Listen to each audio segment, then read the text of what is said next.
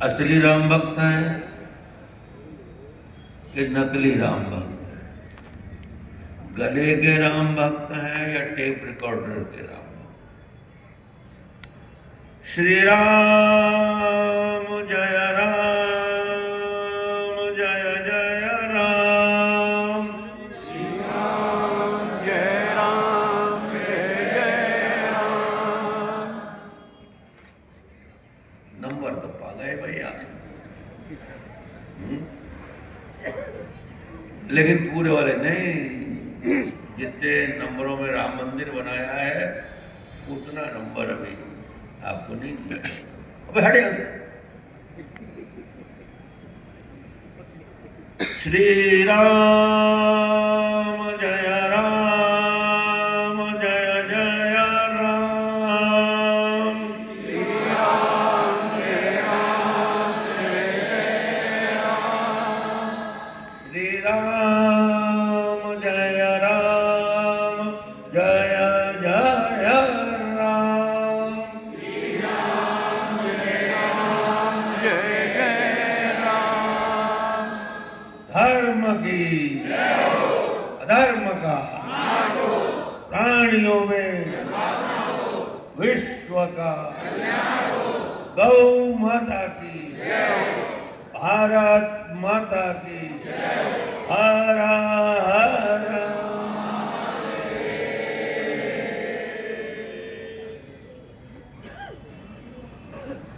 आज के इस कार्यक्रम में आप सब लोगों का मार्गदर्शन करने के लिए हमारे बहुत पुराने मित्र श्री कृष्ण गोपाल जी,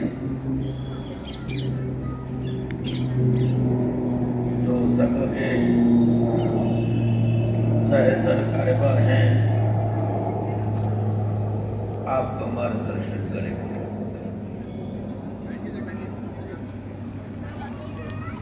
और हम तो बाबा लोग हैं, कुछ भी इधर।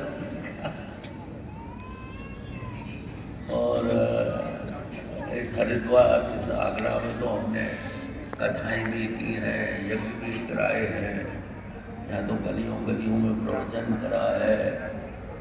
ये हंस रहे हैं हमारे शिक्षा मंत्री जी, इनकी बस्ती के पास में वाल्मीकि बस्ती है, सत्यार्थी वगैरह रहते थे, वहाँ भी हमने जाकर प्रवचन किया है। तो यहाँ हम कोई प्रवचन जैसी बात तो करेंगे नहीं।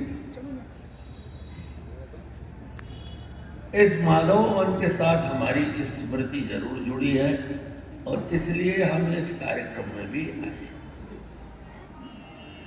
बस एक बार को हमारी तबीयत भी खराब हुई, फिर भी हमने इंजेक्शन लगवाए। ऐसे तो हम साधु हैं, हमें किसी से मोह होना नहीं चाहिए, और कम से कम व्यक्तियों से तो होना ही नहीं चाहिए। लेकिन हम जैसे व्यक्ति को भी माधवन से मोह हो गया, और मोह सकल व्याधिन कर मूला। और किसी ऋषि मुनि को अगर किसी नेता से मोह हो जाए तो देश का ही कंटकार हो जाता है। इसलिए मोह से दूर रहें, दूर रहें। हम ये रात दिन उपदेश करते हैं, लेकिन फिर भी, क्योंकि मुझे याद है आपातकाल के बाद 2 बैठकें हुई, कृष्ण गोपाल जी को भी ध्यान होगा। एक संघ के क्षेत्र के प्रचारकों की बैठक हुई थी काशी में, और वहाँ बाबूराव मोघे के 2 बौद्धिक आपातकाल और संघ इस पर हुए थे। उसके बाद प्रदेश के प्रचारकों की एक बैठक की यहाँ, और उस समय यहाँ पर नागफनी के झाड़ झंकार ये सब इस स्थान पर थे। इसके बराबर के प्लॉट में एक शामियाना लगाया गया, और जो प्रचारक बाहर से प्रांत से आए थे उनको ठहरने की व्यवस्था यहाँ विभिन्न घरों में की गई। हमको ऐसा स्मरण आ रहा है कि शायद सामाजी के घर पर हम रुके थे, और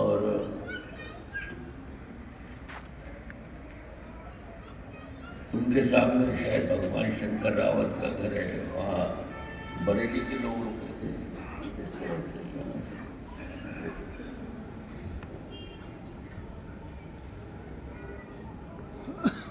बाड़ा साहब ने यहाँ पूजन किया।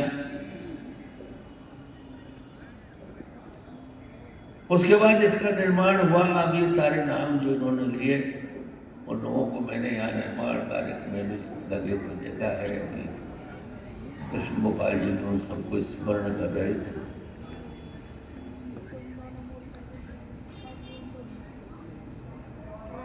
एक जयप्रकाश जी यहाँ हमारे प्रांतीय व्यवस्था प्रमुख होते थे, उनके साथ 3 गियर की एक गाड़ी होती थी, उस पर वो कहते थे चलो चलो माल पानी लाते हैं, इकट्ठा करके बना देते हैं। कभी कभी इसकी तराई भी हमने की। हम रहते तो राजा मंडी में भी एडमिशन कर रहे थे।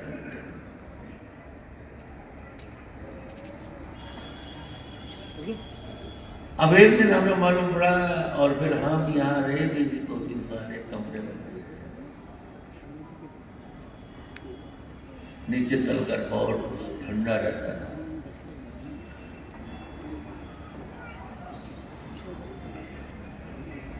बहुत सी स्मृतियां हैं, उतना बताने का समय नहीं है। लेकिन हमें एक दिन मालूम पड़ा कि यहाँ के लोगों ने हमारे माधव भवन पर बुलडोजर चलवा दी। हाँ, बड़ी तकलीफ हुई।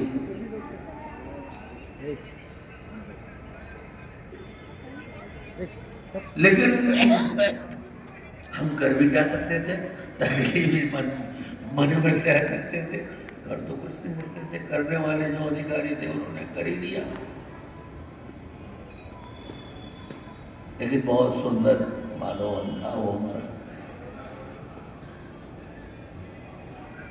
इसको तो मुझे अभी हमारा नहीं लग रहा, वो पुराना वाला हमारा लग रहा।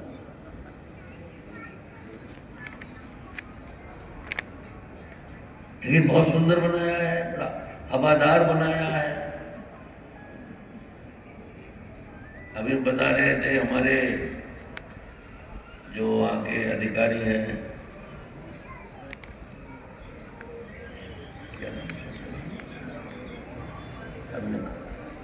राजस्थान का अधिकारी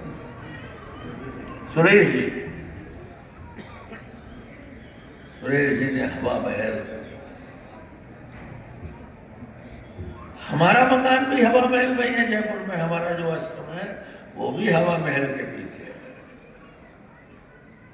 तो ये हवा महल हमारा पीछा नहीं छोड़ने आता।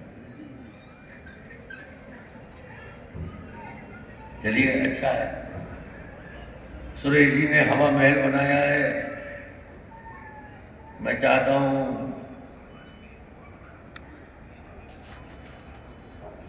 कि संघ से गए हुए भाजपा के लोगों को बहुत हवा लगी हुई है। थोड़ा सा कुछ इसमें ऐसा विधि निषेध लगे कि वो हवा ज्यादा ना लगे इन्हें।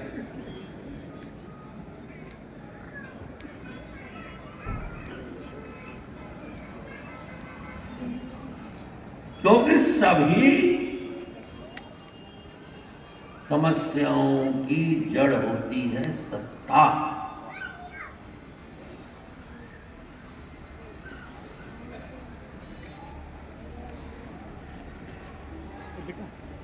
अब हो सकता है लोगों के इस पर मेरे से मतभेदता रही हो, या हो भी सकती है, या पूर्व पुरुषों में भी रही हो।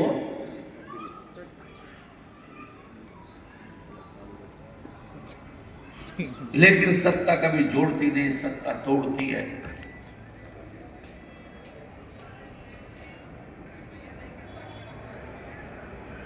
कोई समझा नहीं ये किसकी है, ये ना तेरे न मेरे बस की है। अरे राज सत्ता तो एक वैश्या है। आज इसकी है तो कल उसकी है, कोई समझा नहीं है। और जब आदमी सत्ता में होता है तो पागल हो जाता है।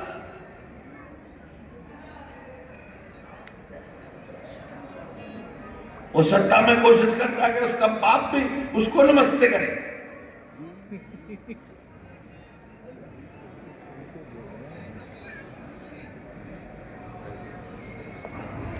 इसलिए ये जो कार्यालय बन रहे हैं संघ के, बहुत खुशी की बात है। ठीक है, हम लोग जमीन पर सोए, यहाँ रेल की पटरी पर लेटरिन करने गए, वो अलग बात है, लेकिन आजकल बढ़िया बन रहा है, अच्छी बात है, सुंदर बनने चाहिए। और इसमें शब्द है कार्यालय।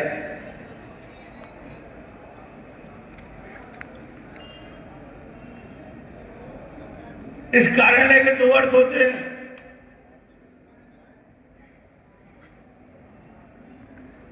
एक तो कार्यालय का अर्थ है जहां कार्य लय हो जाए, समाप्त हो जाए। जब साधन बन जाते हैं तो फिर कार्यालय बैठते ऐसे हो रहा है।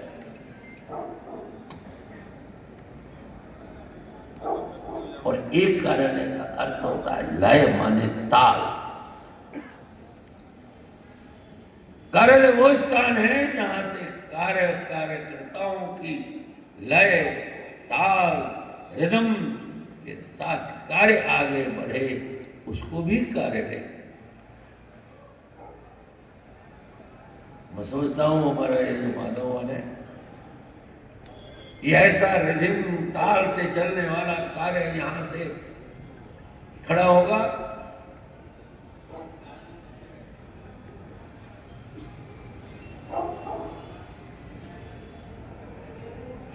और जो आज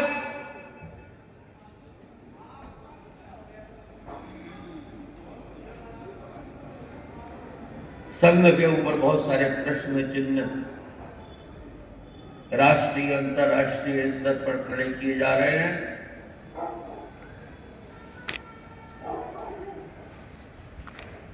उसमें मुझे लगता है कि आज हम लोगों को जिस कट्टरता कड़ाई के साथ उन विषयों का विश्लेषण करके बौद्धिक स्तर पर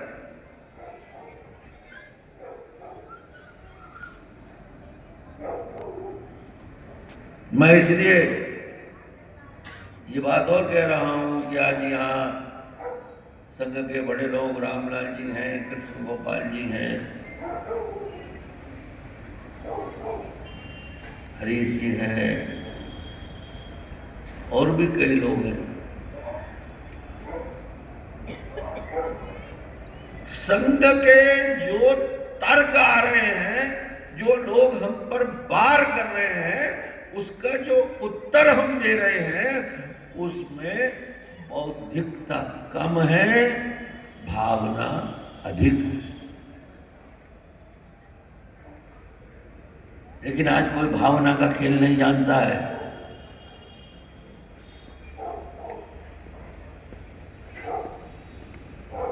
आज सब भाव जानते हैं, भावना नहीं जानते।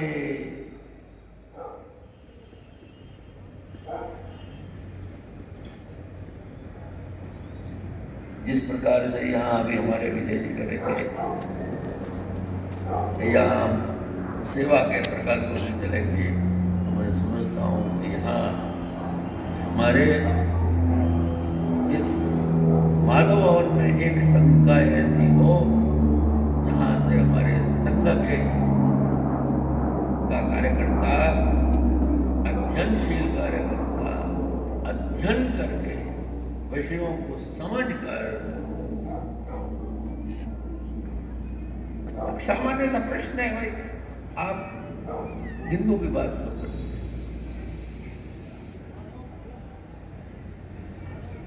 बड़े बड़े ग्रंथ लिख दिए इस पर विद्वानों ने, लेकिन ऐसा उत्तर जो उनके मुंह को बंद कर दे,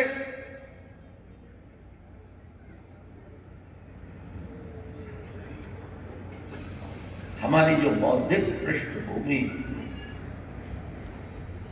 पहले विद्यार्थी परिषद चलाती थी, विवेकानंद स्वाध्याय मंडल, मुझे तो लगता है वो भी बंद होगा। इस तरह का डॉक्टर साहब हमारे बहुत सुदूर जंगल में स्वास्थ्य के हॉस्पिटल चला रहे हैं,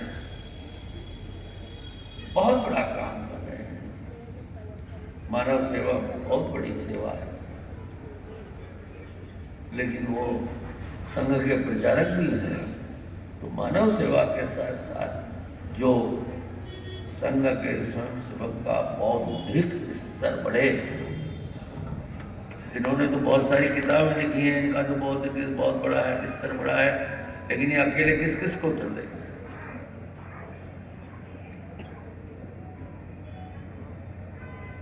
इसलिए ये जो माधव वन है, ये खाली ठंडी हवा आने जाने का ही महल ना बने, इसके अंदर से जो ज्ञान की आंधी निकले,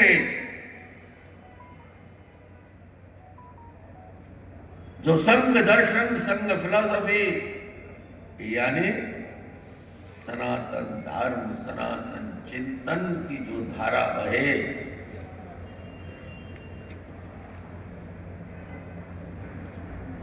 वो चिंतन की धारा हमारे विधर्मियों को, हमारे विरोधियों को, राष्ट्रीय अंतर्राष्ट्रीय सभी को उनका मुंह बंद कर दे, उन्हें जवान खोलने की हिम्मत ना। और हमारे पास वो ज्ञान है, वो तर्क है, वो सिद्धांत है, वो दर्शन है,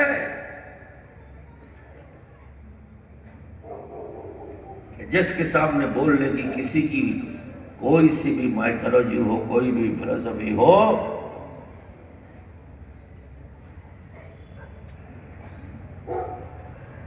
कोई भी चिंतन हो, जिसको वो चिंतन कहते हैं, मैं तो सब मानता हूं विश्व में जो भी कुछ है वो सब हमारे सनातन की झूठन है।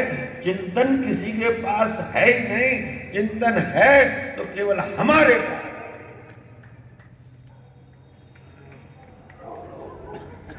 इसलिए हमारे झूठन का अगर ये बच्चे हम ही पर भौंक रहे हैं।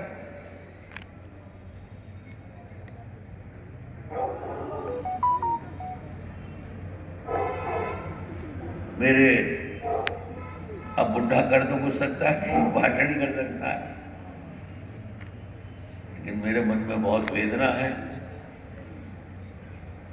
और मैं बेझिझक बोलता भी हूं, डरता भी नहीं हूं किसी से।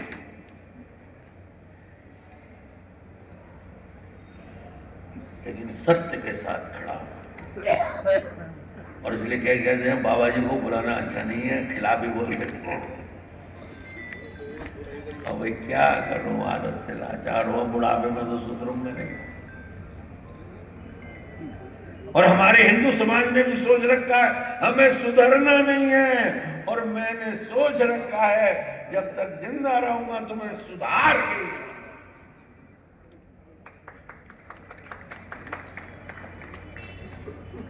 देखो किसकी चलती है।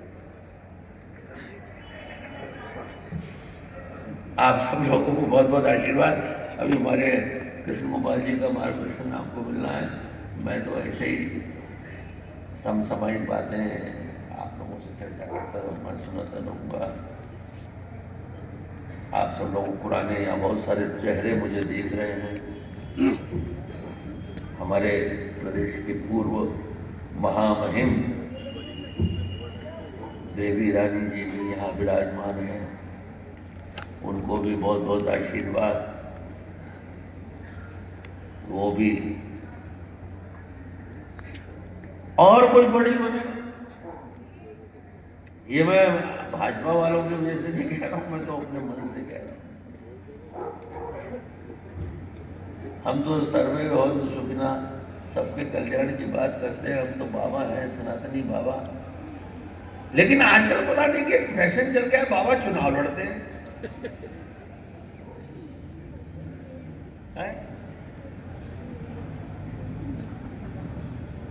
भाई मुझे महात्मा 3 जगह बहुत खराब लगते हैं। कोई बैठे तो नहीं है महात्मा जी? बैठे भी हो तो मैं डरता नहीं हूँ, अभी दिख तो नहीं रहे, मंच पर ही है बस। तो मुझे 3 जगह साधु बहुत खराब लगता। एक तो कोई साधु बैंक में खड़ा हो, दूसरा साधु कोई रजिस्ट्री करा रहा हो, और तीसरा कोई साधु लोकसभा विधानसभा में बैठा हो।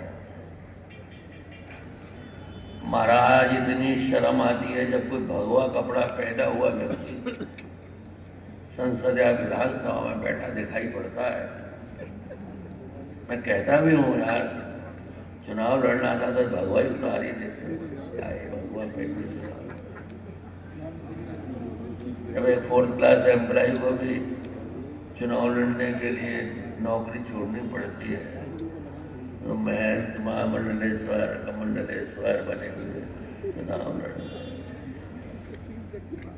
तो भाई हम तो बाबा हैं, हमारी कहीं ना कहीं बजेगी, इसीलिए हमारा नाम है बाबा जी।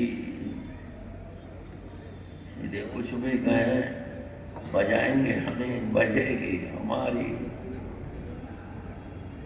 और कोई नहीं कि 5 साल कोई बजनी है, जब तक चाहे बजाए। आप सब लोगों को पुनश्च आशीर्वचन करते हुए मैं अपनी बात को समाप्त करता हूँ। ओम शांति।